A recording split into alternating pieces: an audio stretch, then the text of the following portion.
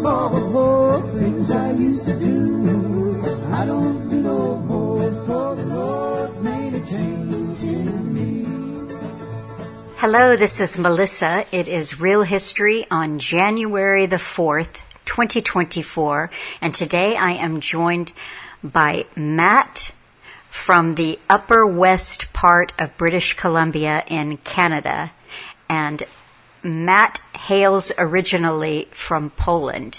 And this is, we've spoken before for just a few minutes, and he's been a long time emailer and listener to Alan Watt, but this really is going to be our first conversation. You know, I think the last, when we spoke before Christmas, we had about 5 minutes. So, how are you? I'm good, thank you. Good. Let's just dive in and tell me, since I don't know the whole backstory, how you got from Poland to Canada, and go from there. So, I was born in Poland by the end of the communist era, and like any other child, I was thrown into the machine of the public schooling system, and I had a whole array of problems there. I just couldn't fit into that. And it just felt like a life on a conveyor belt, you know. You just go to school, then the conveyor belt of school throws you onto another conveyor belt of job, and then that throws you into retirement if you even get there, and the conveyor belt of retirement throws you into a coffin, and that's it. And it was just so boring, and Somehow I just turned towards nature. That wasn't boring to me. I would seek solitude and solace between trees and in meadows, out in nature. And I became very interested in how people back in the day were able to live without the appendage of civilization. So I started to learn everything about it, everything I could, starting from making fire by friction, ending up on hunting, through brain panning, hides, making leather, everything I could. And initially it was more like a hobby, but at some point I realized I won't be able to function in society, so it kind of became my lifelong journey. And to make this long story short, I ended up where I am right now.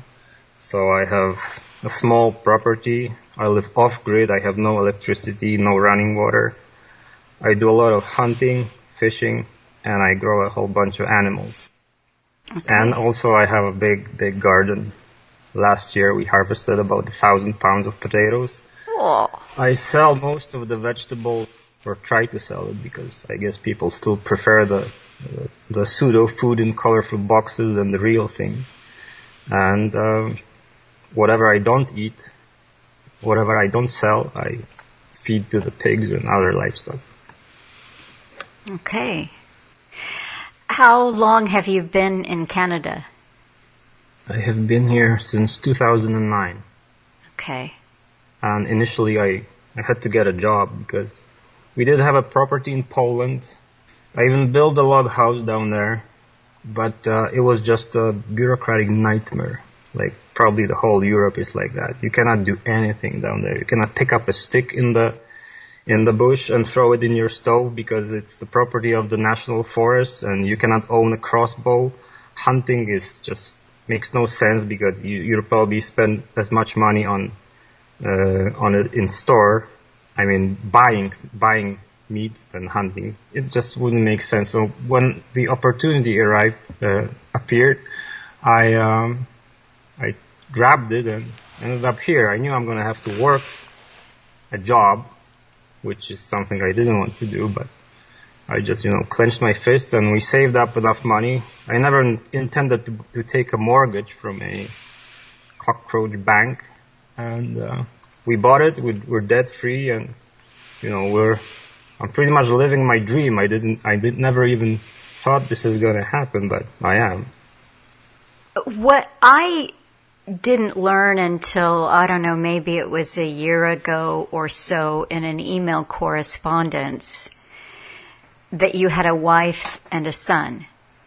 And this just astonished me because, I lived without a lot of conveniences with Alan. What you're talking about is more off-grid, more challenging in some ways, but it isn't the average woman who is going to be interested in a life away from civilization without conveniences. So that really blew me away when I got that email and put that together. How did you meet your wife and discover that she had similar inclinations to be away from civilization? Okay, yeah, she's not an average woman, that's for sure. I've met her in a small town. There was a certain meeting where I met her. In Poland? Like, I was a greenie for a period of time in my life before I looked through this thing, and she was also, and we met at a certain event. Greenie. And then she invited me. And she her place. This was all in Poland, right, Matt? She's Polish? Oh, yes. Yeah, okay. Yes, all right. she's totally Polish. Okay. And she invited me to her place in southeastern Poland. She had a place in mountains. That year I was traveling all over Poland. It was the year after I came back from Siberia, where I realized that I won't be able to live in Poland because that's where the real nature was and real freedom. And so I was just traveling all over Poland, and I found myself down in the southeast of Poland. And I thought, oh yeah, she invited me, maybe I'll pay her a visit. And so I looked, and she had a property without access, and I arrived there. And what I saw was she was all smeared in mud, and she was building a Neolithic house. I have a picture, so I can send you a picture of that house. That would be wonderful. Thank you. So, yeah, that's, and when I arrived there, I realized that I found a female version of myself. So, we didn't have problems finding a common language, and we just stayed together since then. Oh, that's a very cool story.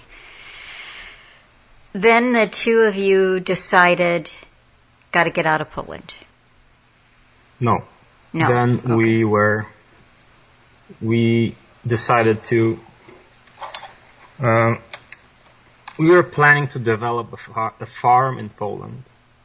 We were never about making business or anything like that and participating in all that. We just wanted to be as much self-sufficient as possible. But the clay house was supposed to be just a temporary shelter for when we built the log house. And I was building the log house, but before that even, we ran into so many problems with the clerks and with bureaucracy that I was totally sick of it. And I was totally sick of Poland because a couple years earlier, I went to Siberia with a few friends of mine. And we went into the taiga and went across a certain mountain ridge. And I stood up on top of that ridge, and I looked around, and there was waves upon waves of endless forest and Lake Baikal down below me. And I thought back then that I'm going to have a real trouble staying in the country of my origin. So when this problems with building arrived, I thought, I can't stay here. We have to do something. I have some schooling in forestry. So I went online. I just found, there was over 40 job ads, and I answered to every one of them. One guy replied, and initially he said, I don't want to apply for a work visa for you, so you just can come on the tourist visa and stay here and work. And I thought, that's all I have, so I'm just going to go for it. And I went on the tourist visa, and he liked me, and I worked in his company for a few years. And your wife was with you? Yes, okay. Initially she didn't come, but then when I switched to the work visa, then we knew that it's gonna happen. Okay. So we just left everything and went to Canada. Then you had this job. Then what happened that allowed you had the work visa, you were there, she was there. What happened next? We sold the property in Poland and saved enough money to buy a property up here. Mm-hmm. And in 2010, my son was born. We didn't want to have children in Poland because we would get chased by the I mean, the vaccine is mandatory, so we didn't want that. There was even a story where the couple had to sneak out their offspring from the hospital, and they were chased by the cops because it was supposed to be vaccinated, right? Mm-hmm. So we didn't go to any hospital or anything. My son was born in the basement that we rented, and I was the only person present when it happened. Okay. So I was very proud of my wife. She did a good job. The guy upstairs didn't even know there was birth going down the downstairs. So 2010. And so how did you so you sold the property, you bought the property where you are now, but how did you get from working in forestry then to just being able to be self-sufficient without employment? We do sell vegetables. That brings some income. Mm-hmm. I do some trapping. That brings also some income. And we need very little money to live, really. Mm-hmm. We needed to pay the extortion fees, meaning tax, because I understand how mine is this property. Mm-hmm. As long as I pay, then they don't kick me out. That's right. And whatever else, I need to pay for the internet, because without the internet, I wouldn't be able to make money, sell. Mm-hmm. And gasoline and all the licensing for hunting and stuff, because we still keep it legal and we don't really have much to do with the system. Mm-hmm. So it isn't really hard. I mean, you need to change your expectations, but, I'd rather go hungry every now and then than be a full-blown slave. Right.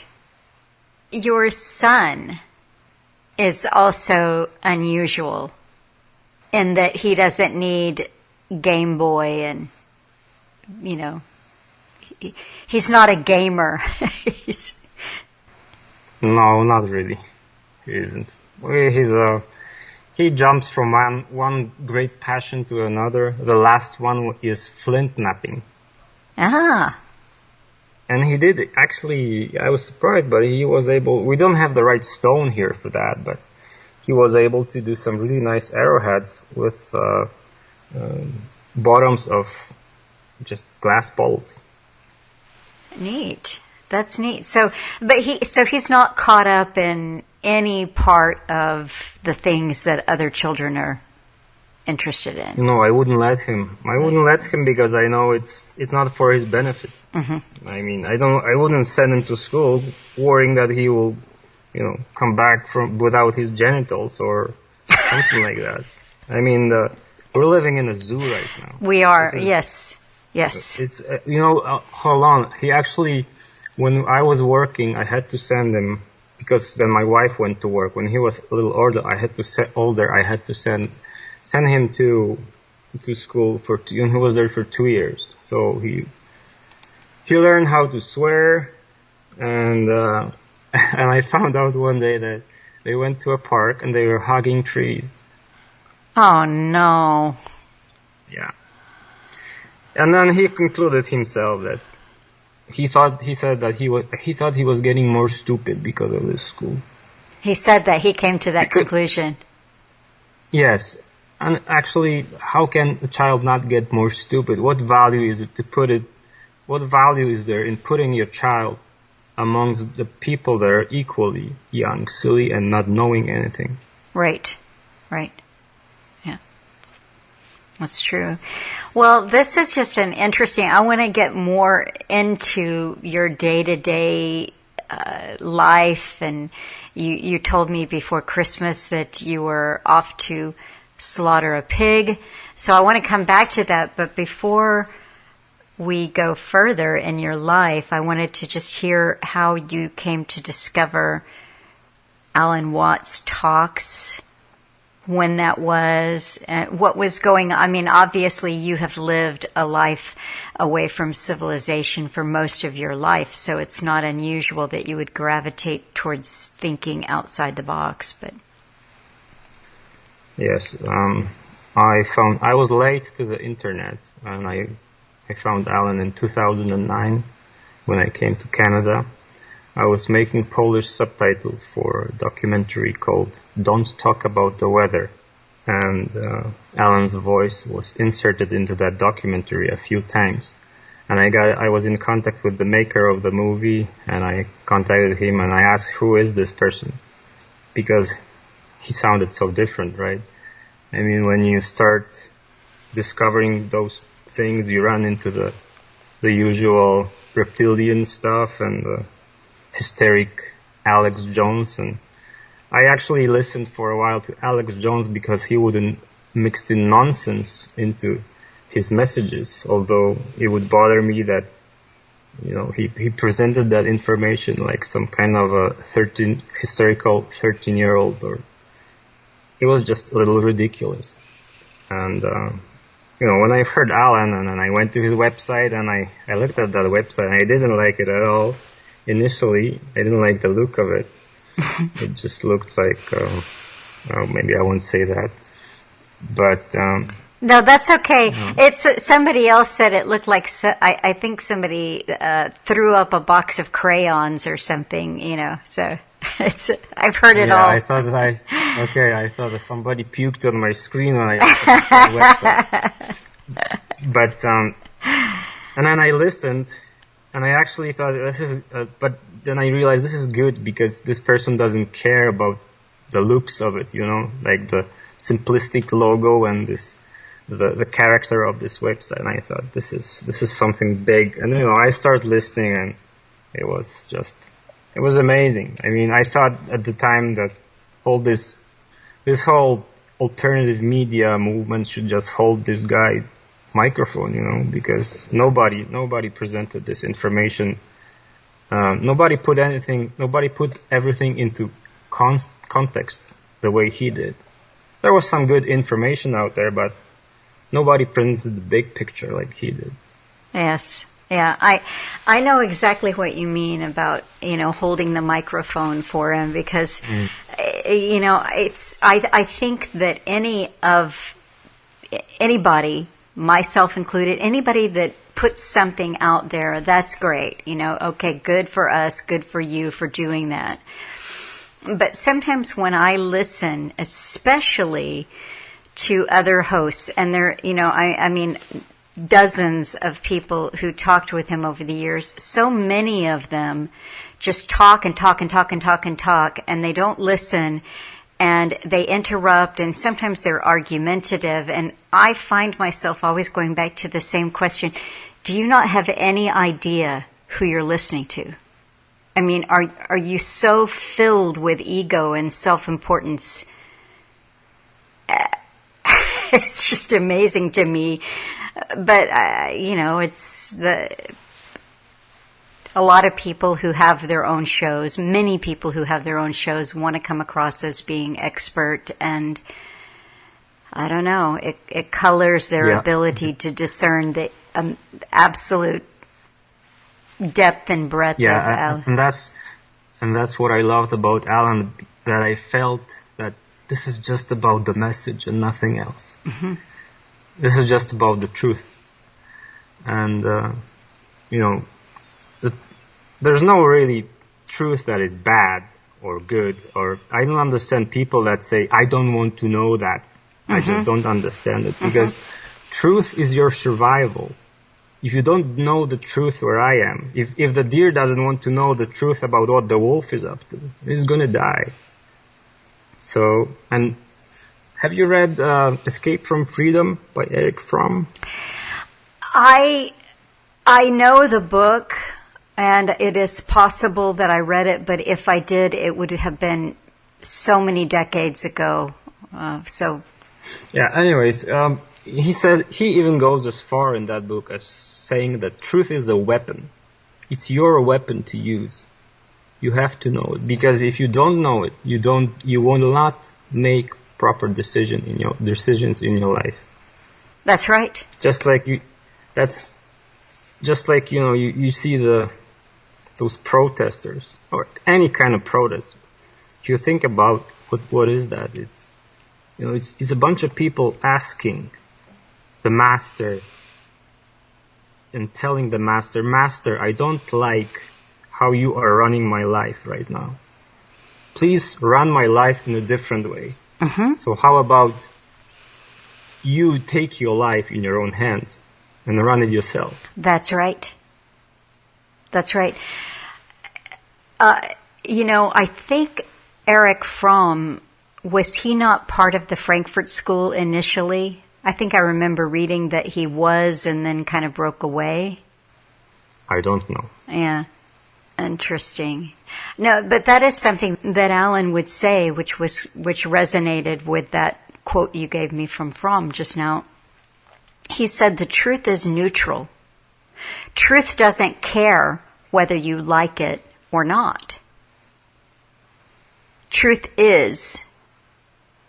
And that is, I remember one time being in a bank with Alan, and we were having a sit down with someone. He wanted to switch accounts, move from one bank to another. And so we were meeting with a woman, and Alan, being Alan, started telling her about bail-ins and bailouts and haircuts and so forth. And this was not the first time I'd experienced this with him. One time he had me make a 3-show compilation on a disc for another banker. He was always out there saying, well, you don't know about that. And of course, even managers at banks, they don't care. It's just a 9 to 5 for them. They have absolutely no concern about why interest rates are what they are or anything like that. But he was telling the woman a very brief synopsis of what had happened in 2008 and what it meant and how Canada had been involved as well, that this meltdown and the bailouts were not just the U.S., but the role that Canadian banks had in it. And this woman looked at him and said, I don't want to know. I don't want to know. And she said, I hear what you're saying, and it sounds like it's true, but it's so shocking and upsetting. I just want my life the way it is. And when we left the bank, Alan said, that may be the first time that someone has had a crystal clear, totally knew what the information was doing to them and was able in the moment to reject it so emphatically. He said, you usually get that with people much more subtly, but she was like, nope, I don't want to know. I don't know what that is. It's just bizarre, really, but I'm sure we get trained to have that attitude just so early at school. You familiar with John Taylor Gatto? Oh, yes. Excellent work he did. Yeah, so I think in underground history of education, he said that we are taught to withdraw from life. And that's what most people do. And that's what most people are taught to do in school. They are taught to reside in a fragment of reality and never look out of that box, Mm-hmm. That's true. It's a lot of the people, I would call them armchair warriors, who claim to be awake or thinking for themselves or know what's going on. They are exactly what you described about the protesters who are saying, I want you, master, to give me more privileges in your slave system. Mm-hmm. I was listening to an interview that Alan had done back in 2006 with someone, and the host was kind of defending, in a way, the monetary system, saying that there were good ways to use your wealth and good ways to accumulate it and good ways to give back and so forth. And Alan just cut that right off in a polite way, of course, but he said, no, this is a deviant system. Well, I guess not even deviant, it's just a total scam. It's like we're all morons because they're borrowing something that they don't have. The bankers, right? Right. So it's right. just I cannot think of a better scam than this. No, it is a beautiful scam, but and it's so wonderful how just that money it's there like the sunrise, right? It's just there. You are born into, you look at it. Nobody asks, what the hell is it? How does it? Who prints it? How can print it? Does the guy who printed, can he just sneak a few into his own pocket, or how does that work? And we pay taxes. They would like to install a camera in your toilet bowl, but when you pay taxes, you don't ask where this goes. You won't see the receipts. Mm-mm. You don't know where that goes, and I'm sure it goes to the right cause, of course, for schools and roads. It's such a joke, and just people don't think at all. No, schools and roads, it is a total joke because I've said this before, I live in a place that's just filled with potholes, and even though they say schools and roads, I just heard via my brother who keeps up with, the civic news, and I don't, but he said that they're going to have to float a bond, some many millions, that they have planned to do that in 4 or 5 years from now in order to pay for some of the road work. So the taxes aren't even going to that. So what does that leave you with? Schools? And that's where you send your children to have their genitals cut off nowadays. Yeah, maybe they should say schools and bomb. Yeah, that's right. Yeah.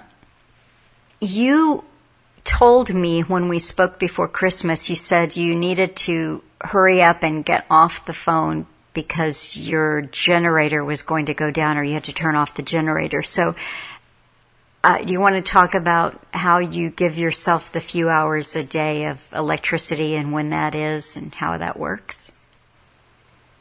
I use a generator, gas-powered generator. Right now it's on. I just moved it away from the house so that you won't hear it. But I also have solar panels, just 2 of them, and 4 batteries. I use that when the sun is shining. Okay.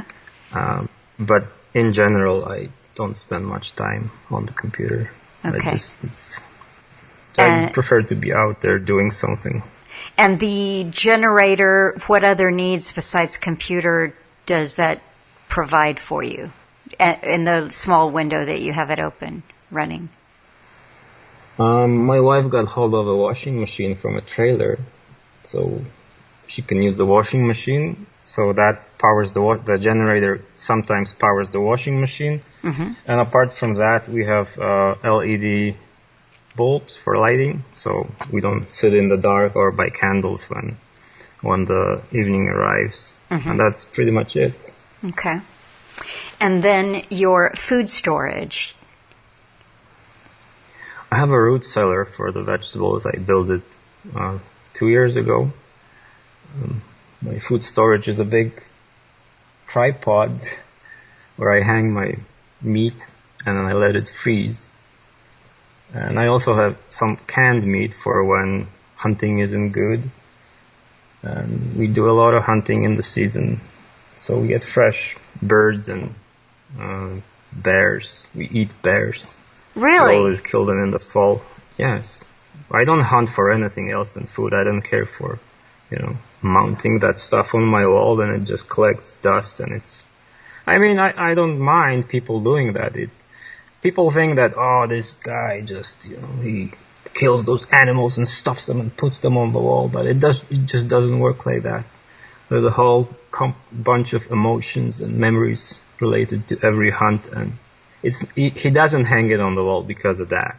He just hangs it on the wall because he wants to, sit on his armchair and venture in his memories back to that moment, because it's always an adventure and it's always an effort to get the animal. But yeah, we kill bears in the fall because that's when they have the most fat, and we cut out as much meat. We want to eat as much fresh meat as we can, and some gets canned, and then that ends up in the root cellar for when the times are, I don't want to say slim, but a little slimmer than usual. We eat mostly meat. Mm-hmm.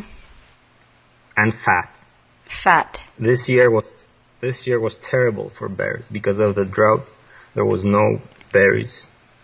We always have berries on our driver. There was none this year, and the birds are starving this year. We had a grizzly wandering around our house on the 11th of December, like snow on the ground, and I actually caught that guy on the trail camera, so I can send you a picture too. Okay. He's pretty skinny. He should be in his den sleeping. So it's really tragic because you know that he's wandering and looking for something that he's not going to find. It's just a matter of time before he starves.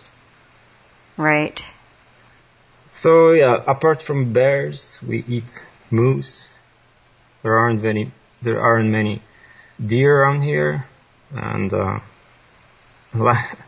last hunting season we ran out of meat and we lived on grouse for like 2 weeks before I got a bear. And for storage, we dry. I make pemmican, but that's not for eating here. That's for when we go up the mountains, because my son likes to go up the mountains, so this is our kind of like a trail food. But we eat smoked jerky from moose. What's the difference between pemmican and smoked jerky, or jerky? Jerky, you cut along the grain so that it doesn't crumble as easily. And pemmican, it's dried meat plus fat plus the suet. It's not just any fat, it's the suet. You know what suet is? I do. It's the fat from around the kidneys of a cow, or actually any ruminant animal. It will have the suet. The suet is a little different than the regular fat because it stays pretty solid, kind of like soap in room temperature. So okay. So I didn't. Meat. Yeah, I actually didn't know what suet was. I thought it was just a fat that was around all organs. But it's just kidney? Yeah, it's kidneys and down by the pelvis area. Yeah.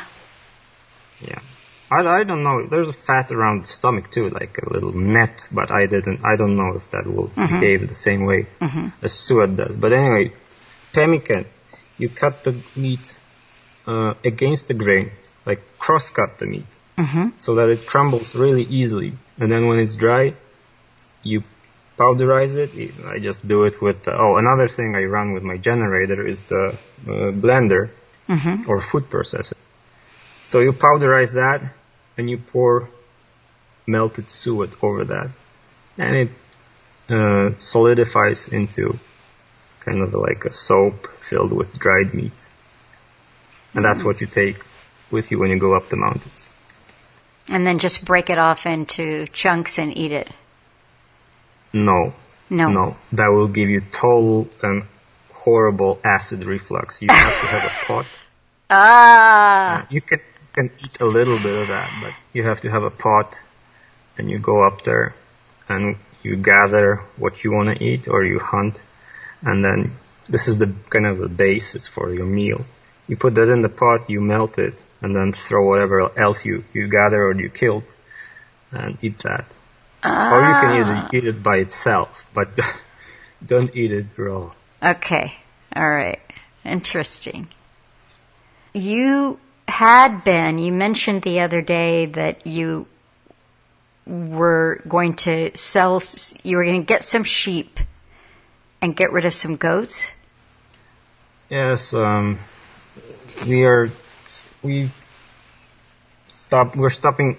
planning to stop drinking milk, and I thought just sheep are going to be a better choice. They're easier to contain, and we only have 10 acres, so our pasture size is limited. And I thought it's going to be just because we do so-called mob grazing.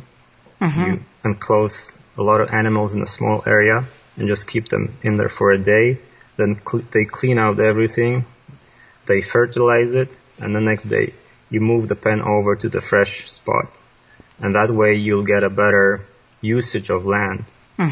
Because after 2 months you can come back to plot 1 and do it all over again. And the sheep are easier to contain because I think they just need 2 strands of electric fence, and the goats are escape artists, and they need 4. Why are you stopping with the goat's milk? Because it's unhealthy for me. It has proteins that make me allergic to things. Okay. And it's full of lactose. But the main thing is the proteins. It just started to give me headache. Okay. Now, you also have pigs, and before Christmas, you butchered a big one. You want to tell us about that? Yes. I don't take killing lightly. It's not something to be taken lightly. It makes you get out of your comfort zone. And it is an unpleasant thing, really. Especially that the animal. Initially you buy a small piglet, it's a piglet, but then suddenly it has a name. It's a hard thing to do with at least for me, with the animal that you know. But it makes you, when you kill it, it makes you understand the cost of maintaining your own life. There's a very significant and real cost of maintaining your own life. There is. The other thing is that, and it's actually something, it's hard to explain, but I think it's something good because it makes you participate in life. You're not stuck in that little box that we talked about before. Alan did not hunt. He would have, and we did talk about this, he would have if he had needed to or had time. He was very involved and devoted to what he did, and that was full time. So we did not garden. I mean, in the summertime, I would go out and pick berries and blueberries and other berries that grew wild that were edible.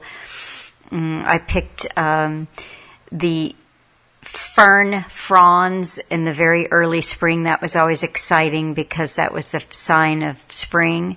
And then you'd get all the fuzz off of them and you could cook them like asparagus or something like that. And so there was a little bit of foraging, but no time whatsoever for gardening or hunting. And we talked about this. Alan loved animals and we loved to watch them and he'd photograph them.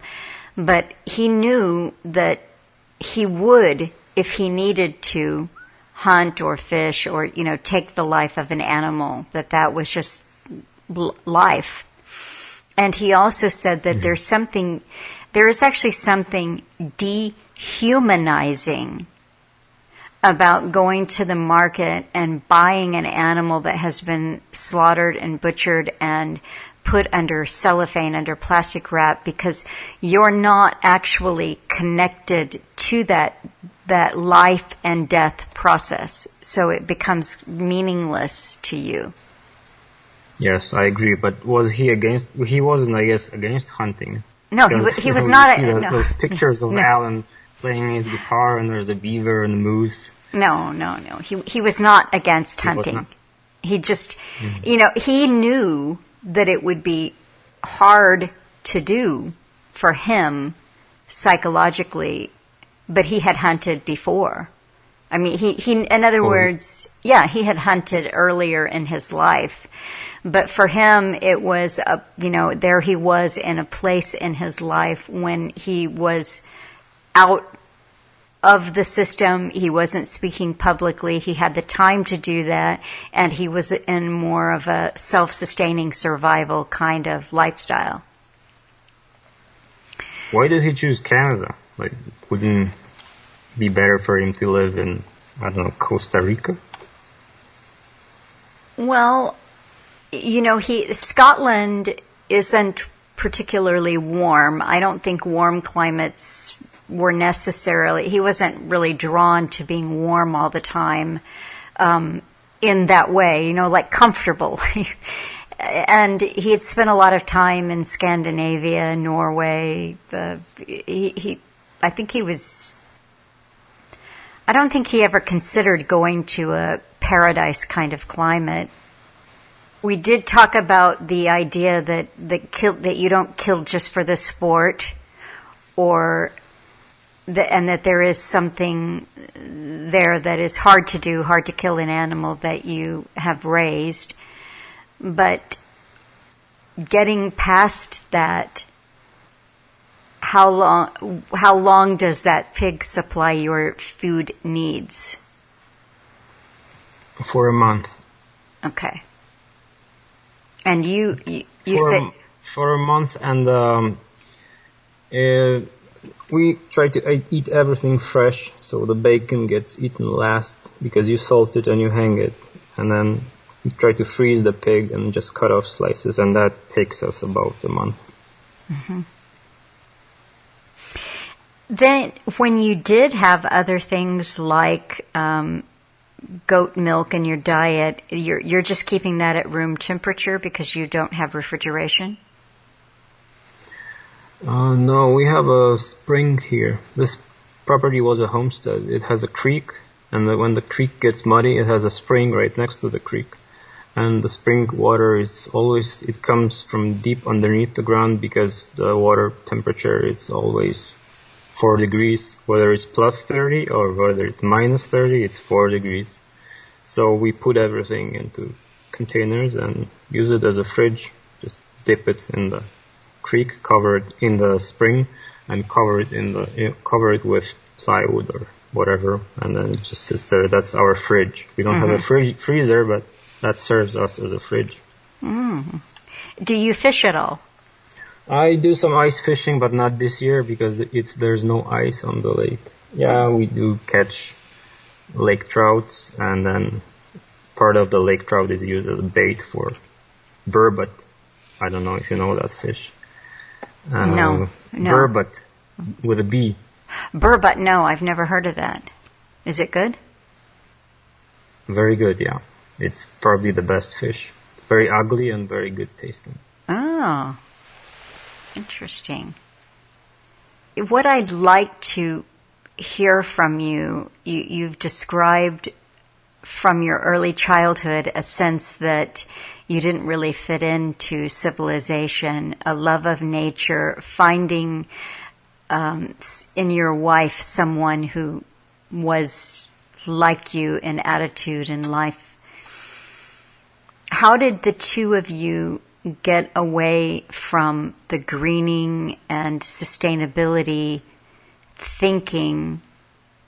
I wasn't really into that green. I always looked at it as some nature as something that I want to have because that was my freedom. I didn't want to hug trees or anything like it. I always wanted to hunt. I just wanted to be independent from this. I wanted to be alive, because people aren't alive. They are just products, and I couldn't stand it. I don't know. It's just something in my head, I guess. I wanted to participate in life. I didn't want to be grown like a chicken, And it's really getting to the point where it's hard to distinguish between farm animals and people these days. When you see those self-checkouts, and soon to come, you just walk in, and then the number gets detracted from your little electronic device, and you walk in, you grab whatever feed you want, and you walk out. It's like coming up to a trough.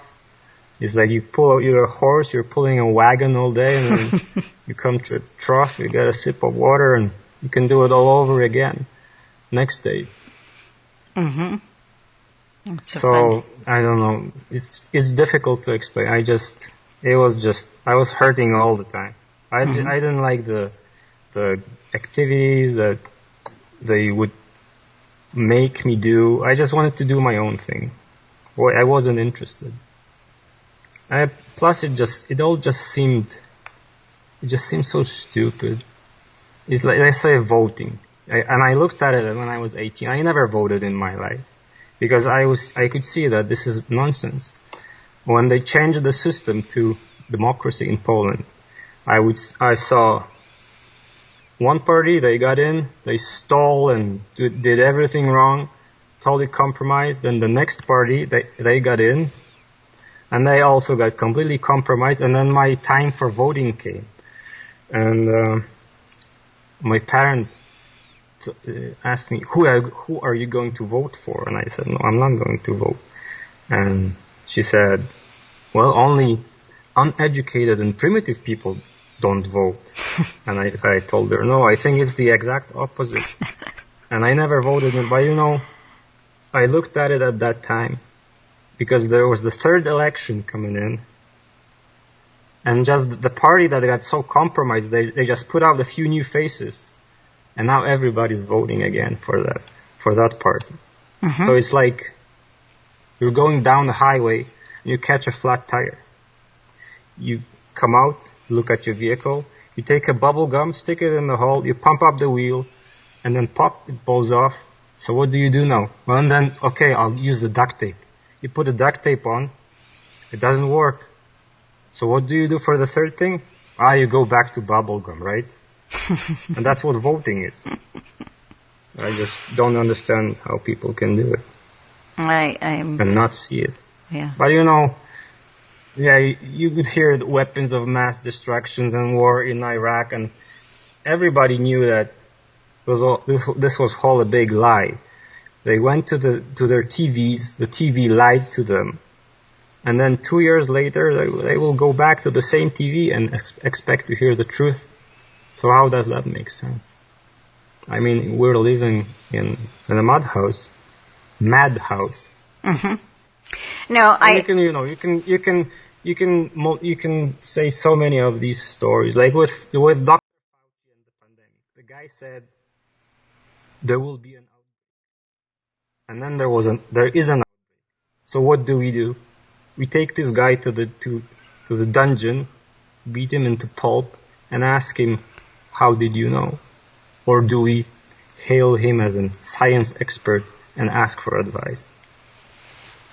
And we know what the people did, right? Right. Because we saw Dr. Fauci everywhere, telling what works, what doesn't. I mean, it's just such nonsense. And the astonishing thing about these operations, too, is that he can say one day, a month or two later, he can say you definitely need a mask, and in fact, it would be better if you wore 2 or 3 at a time. And Go ahead. It is most astonishing that people listen to it. I guess, I don't know, it's probably that obedience is probably fear-driven. I'll do any stupid thing if there's a chance that it's going to save me. This is an interesting thing, too, about human nature. You talk about the life that you wanted to lead because it felt to you that you really were engaged in living by being in nature and by being self-sufficient. Most people, as you say, are products, and that was an expression, that was how Alan would describe it all the time. He said, you're a product of your indoctrination, you're a product of everything about you, your hobbies, your tastes, all of this is completely put on you. So you have people almost like... I'll read you something from Dumbing Us Down by John Taylor Gatto. Okay. So I quote, Aristotle saw a long time ago that fully participating in a complex range of human affairs was the only way to become fully human. So when you don't kill your food or in general, when you don't procure your food, you don't do that. So there's a lot of, incomplete lives and incomplete human beings out there. Mm-hmm. I think it's also beyond food, because food is sustaining the body, it's feeding the body, but there are also the soul, the spirit. These things need to be fed. Sometimes this is, making music.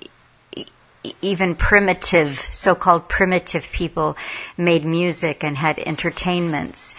And if you study tribes, I'm not promoting the use of narcotics or alcoholic beverages, but many ancient not civilizations, but tribes had ways of altering from time to time their consciousness.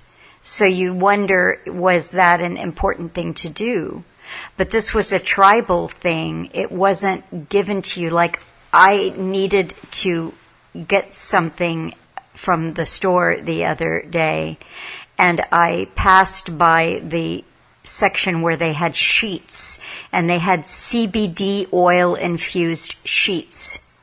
And this is the insanity of the world that we're living in, that people think that CBD oil is a cure for everything and is going to give you a better night's sleep if you sleep in sheets that are infused with it.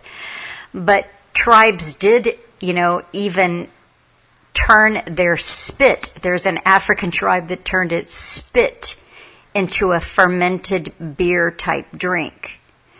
So there is something to altering your mind from time to time. And for me, that altering my mind is just getting up away from the desk, away from the computer, going outside, looking up at the sky. Well,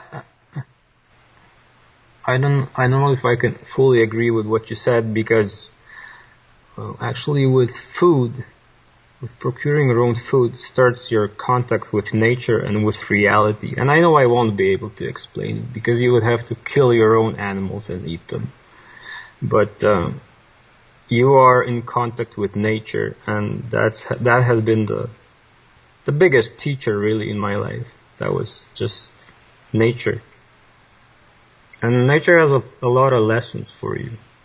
But you need to spend a lot of time in solitude, which can be initially dangerous, because usually people, like it was at least with me, they seek solitude when they're depressed and they're not having a good time. And as Nietzsche said, whatever you take into solitude, it grows there. I know you're not a big fan of Nietzsche, but neither am I, but I think he got that right. But once you kill that monster, then only good things happen. And I don't know, it's hard to explain, but you are closer to the world, you are closer to reality, and you understand the world. So you don't have silly expectations, like you won't go protest something, because it's just nonsense. Probably the biggest lesson from nature that you can get is that the nature doesn't reward morality. Nature only rewards survival. It doesn't care what you do. Just if you're alive at the end of the day, then according to nature, this is it. Then you are going to be rewarded by being able to pass your genes to your offspring, your genes and your traits. So I remember reading a book titled Bloodlands. It wasn't a very great book. It was about massacres all over Europe. But there was one sentence that caught my attention there, which I find very true. And it said, in every crisis, good people die first. So for example, if you have a famine, and who is more likely to survive? Somebody who is moral, won't steal, will more likely sacrifice himself or herself than hurt others, or the thief, or somebody who will eat and others people children or steal, I think the answer is obvious. Or even that crisis can be less pronounced. It's that you can call this system a crisis, or you can call a government a crisis. And you remember, Alan said many times who gets ahead in this system, right? Mm-hmm. So when you think about that term that Darwin came up with, survival of the fittest, it's actually a misnomer. And I'm sorry, but this needs to be said. It's not survival of the fittest. It's survival of the shittiest. Mm-hmm. And that's why you're seeing the kind of so-called elites that we have right now. They are the epitome of what I just described. Mm-hmm. But that's not bad news, you know. That's not bad news because this is truth. And again, if you know truth, you can make proper decisions in your life and act upon that truth. I think that the way that you live has given you the space in your head to have insights and to think about the way the world works, and especially in nature. I have not had the experience of, at all, at any point in my life, of being completely responsible for my own food, hunting it, growing it. I think that you're right, that this is for many, many thousands of years, hundreds of thousands of years, this is how humans have lived. There is a natural rhythm to it. But when you talk about nature doesn't care, I get it. Nature doesn't care.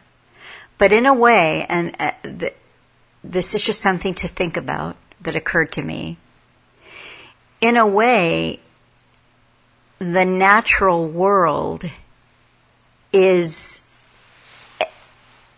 it's another way of saying the material world. Because it's the world of matter. It's something that you can touch. It's a stone, it's a tree, whether you want to hug it or not. It's an animal, whether you want to be best friends with it, or if you need to take the life of that animal in order to survive. And I do think, this is where I'm coming from, I think that there is more to the system than the material world.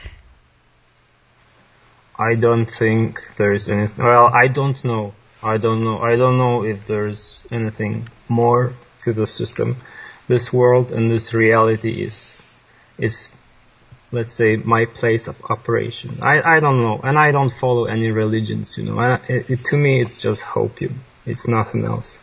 I just stick with I don't know. I've never seen God, or I never spoke with some silly things maybe happened to me that were unusual, but you know, it's nothing that I would hope that. Besides, think about it. Every religion is really a religion of death. Because if there was no death, there would be no religion.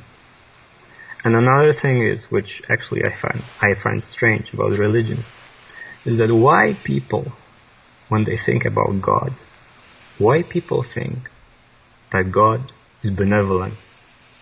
He puts you in this world when we are supposed to eat each other. And look where we are with our system and everything else. So why do you assume that God is good?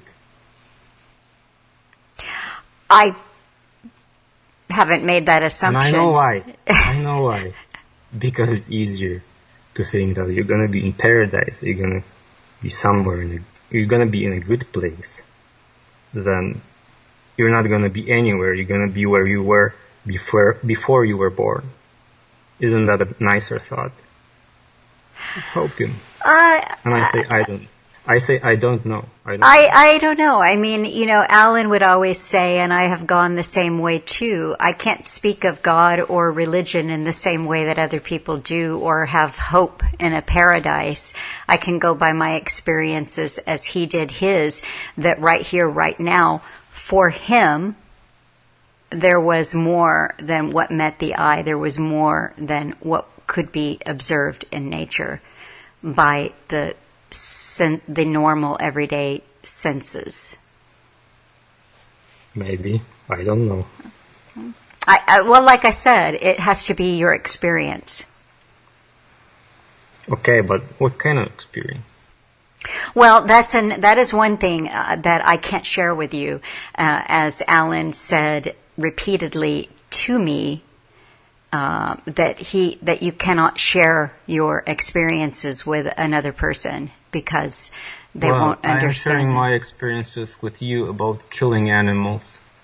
I know you will never understand it if you never killed anything. But that's a you good. Can just share it. Yeah, no, you that's can a just good. Share the experience and leave it to me, right?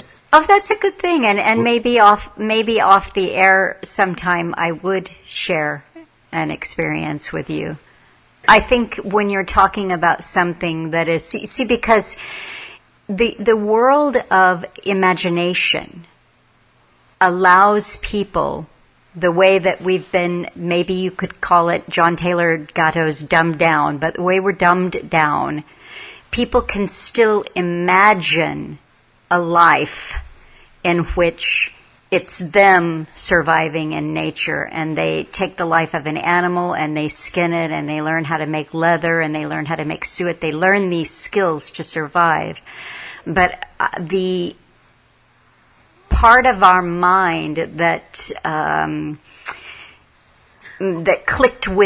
clicks with the mystical, that part has been well and truly extricated from most people. So to say, I might as well be speaking another language. One-on-one, I would do it. It's a pearls before swine kind of thing. Mm-hmm. But anyway, I mean, that's what I'm saying. I think that you made a good point, though. What can I understand about the way that you're living if I haven't done it myself? And that the pain, for me, the painful part of, because I want to understand how you live. I think it's interesting. It's admirable. And there's an element, like you said, the excitement that you found in nature. And I can get that secondhand when you're talking about that. But when I have tried to share my experiences of a world beyond this one, or something that people think of as magical or mystical, I have too often been shot down with rationalizations, and I find it painful to try to share experiences with people who don't want to hear them. And you only know.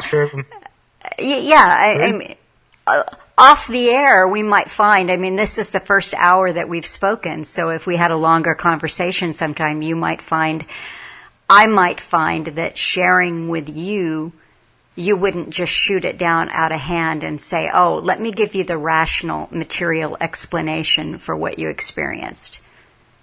Okay, and how do you counter the rational explanation? Well, I think that's the nature of some profound experiences that people can have and that they have had down through time that may not hold up to being passed down generation. They lose the impact. The experiencer has it. They try to share that with someone else. It gets put in a book. Maybe it gets put in a book that we call a holy book. But down through time, the experience itself is no longer an experience. It's a story about an experience. And then it's a second-hand story and a third-hand story about an experience. So you can't really counter it. If a person has had something similar in their own life, You may not even have to talk about it. You can just kind of communicate in a way that surpasses words, So it's hard. It's funny too. I didn't want to keep, prattle on too long here, but I was listening, not too long ago to a talk that Alan had with Jackie Fatru, and she wanted him to talk about an experience that she wanted to get into the non-material world in a way, but she wasn't really hearing him. And she said, well, you talked to me about this before. You've said something before. And he said, well, these are the kinds of things that are one-on-one. And yes, this is Alan talking, I have had hundreds of conversations with people one-on-one, but you can't put this out where you have an audience of thousands of people in a way that they will understand. And it's just kind of, and then they move on to the next thing. Well, I thought that was the most beautiful thing about Alan. Like, he didn't care if you understand. He just gives you this, and you either get it or you don't. That was beautiful, but every once in a while, in this talk with Jackie was one example of when he said, no, some things I'm not going to say on the radio, some things I'm not going to say on air, because I know the overall response. There was a separate conversation that he also had with Jackie, in which a Christian listener called in, and Alan was saying some of the most profound things, and because it did not fit into her understanding of Christianity, it didn't fit into what she had been told about God and the life hereafter, and she just didn't get it. See, because what you said is that you have something hopium. It's death. But for a person who is walking through the world with a different way of communicating with what is beyond nature, it's an everyday experience, and it colors everything about you and everything about the way you see life. You're seeing perhaps beyond nature. And I'm just saying that you can't really tell. Like, we all know the same thing, which is nothing. We're born here, we pee in the morning and eat our meals, and you can imagine things, you can hope for something, but what I am saying is that I disagree with you.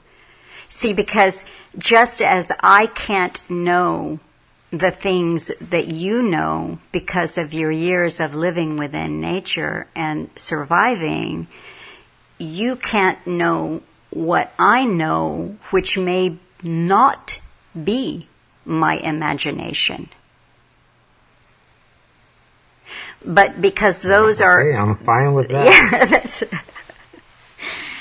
All right, enough of that. To tell me. But there's just too many stories, Matt. This is a lifetime accumulation of my experiences, and there are too many of them to put across. And this was your show, so we may have a follow-up where we get into it, or we may just do it off the air, which would be my preferred method of communicating some of this with you. But I was more interested in your philosophy. I have learned a lot. I think it's really interesting. I think it is wonderful that you have a wife and child who are with you in this, what to me must be, as somebody who, now has running water. I didn't have running water in Canada, but, with somebody who has a lot of the conveniences of modern life and civilization, there is something both nostalgic and respectful from me to you for the way that you live. Well, I won't say thank you, because I'm really sorry for the way you have to live right now, and me too. Every other person out. It's weird, How you want to live like that? Well, I have really enjoyed this conversation. I wonder, though, if you have anything else that you wanted to add, that you want to share with people. I think you summed it up pretty well there, that you feel sorry for us, and I get it. Well, Melissa, there's nothing to add because Alan said it all. And the question now is, what do you do with it? Yes. If you have children and you know what's going on, you got to ask yourself, what are you going to do with it? Because there's no one coming to save you, and there's no global awakening going to happen, right? I totally agree. Yeah, totally agree. So I hope that you will send me pictures of the hungry grizzly bear and the root cellar and some of the other things that I can use to illustrate this visually for people. I will. That would be great. And what I'll do, you can, if you have a few minutes to hang on with me, I'm just going to say a goodbye to everyone. Thank you for listening. I have enjoyed this conversation with Matt. I appreciate his time and his generator. And tune in next week. I will be joined with Neil Foster and Angry North. And that will be on the 11th of January. So thank you and have a good week.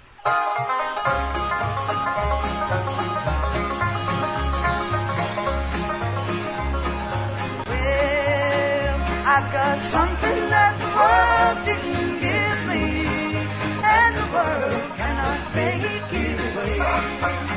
And I've got something that the world didn't give me, and the world cannot take it away. Well, it is love, sweet love, oh, sent to me from my father.